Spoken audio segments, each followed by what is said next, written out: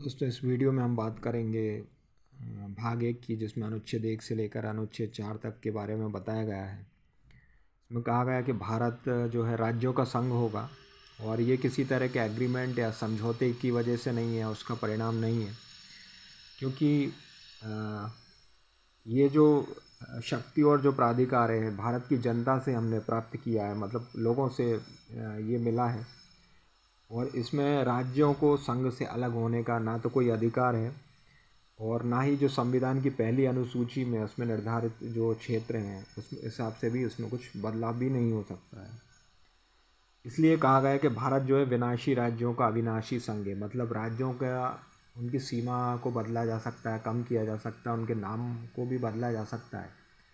तो इस तरीके से राज्य तो एक बार उनके क्षेत्र को घटाया बढ़ाया जा सकता है, लेकिन संघ अपनी जगह पर स्थिर रहेगा। तो इसलिए कहा गया है। साथ ही भारत के जो राज्य क्षेत्र हैं उसमें क्या क्या जो शामिल होंगे, तो उसमें बताया गया है कि राज्यों के क्षेत्र हैं जो उनका एरिया है, और जो पहली अनुसूची में बताया गया है जो भी राज्य क्षेत्र है वो है। और साथ ही अगर कोई नए जो राज्य क्षेत्र अर्जित किए जाएंगे या कहीं से शामिल होते हैं तो उनके बारे में बताया गया है।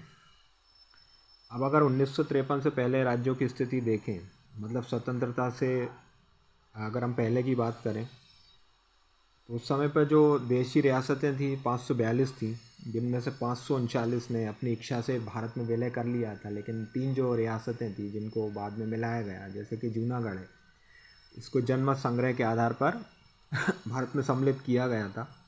हैदराबाद को पुलिस कार्यवाही के माध्यम से मिलाया गया था, एक्शन लिया गया था वहाँ पे। साथ ही जम्मू कश्मीर में जो पाकिस्तानी कबायली वहाँ के जो लोगों ने आक्रमण किया था, इस वजह से राजा हरी सिंह ने विलय पत्र पे जो साइन करके बाद में भारत में उनको मिलाया गया था। तो ये सब हम देखते हैं अनुच्छेद 2 में। साथ में जो सिक्किम को जो शामिल किया गया था, एक पहला 35वां जो संविधान संशोधन किया गया था उसके थ्रू ऐड किया गया, और राज्य का दर्जा जो दिया गया था वो 36वें संविधान संशोधन से दिया गया था। अब अगर हम अनुच्छेद 3 की बात करें तो इसमें पार्लियामेंट में भी जो कर सकती है, जो उसको विशेष अधिकार जो दिए गए हैं कि अपने किसी भी राज्य का जो एरिया है उसको वो बढ़ा सकती है, किसी भी राज्य के एरिया को कम कर सकती है, उसके नाम को बदल सकती है। तो ये सारे सब वो कर सकती है। साथ में ये है कि ये सब राष्ट्रपति की सिफारिश के बिना संभव नहीं है, कि कोई भी विधेयक जो लाया जाएगा राष्ट्रपति की पूर्व अनुमति के साथ ही लाया जाएगा, और उस राज्य के मतलब जो वहाँ की असेंबली है वहाँ पे वो भेजा जाएगा सहमति के लिए। और अगर वो असहमत नहीं भी होते हैं तो वहाँ तो राष्ट्रपति या संसद पे इस पर कोई ऐसा बाध्यकारी नहीं है वो कि उनको ये मतलब उनकी बात को मानना पड़ेगा उस राज्य की। तो ये अनुच्छेद 3 में बताया गया है। साथ ही अनुच्छेद 4 में ये कहा गया है कि जो नए जो राज्य बनाए जाएंगे उनका नाम या क्षेत्र जो सीमा उसमें बदलाव किया जाएगा, तो इसको आर्टिकल 368 के तहत संविधान संशोधन नहीं माना जाएगा। जैसे कि हम पहले भी देख चुके हैं कि बेरोबारी संघ के मामले में जो हुआ था कि सर्वोच्च न्यायालय ने कहा था कि अगर कोई राज्य क्षेत्र किसी दूसरे देश को हमें देना है, अगर सौंपा जाएगा दिया जाएगा, तो उसमें संविधान संशोधन के माध्यम से ही ऐसा किया जा सकता है। और नवा जो संविधान संशोधन था, जो बेरोबारी राज्य क्षेत्र उससे जो एरिया था वो पाकिस्तान को दिया गया था, और 100वें संविधान संशोधन के द्वारा जो कुछ क्षेत्र जो हमारा था वो बांग्लादेश को दिया गया था।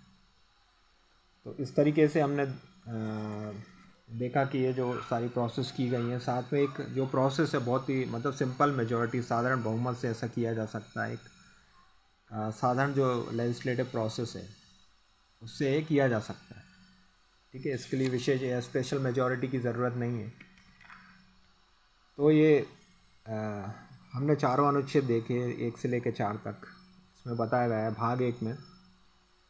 और नेक्स्ट वीडियो में हम देखेंगे भाग 2 नागरिकता के बारे में बात करेंगे। तो बस यही कहना चाहूँगा मैं। Thank you.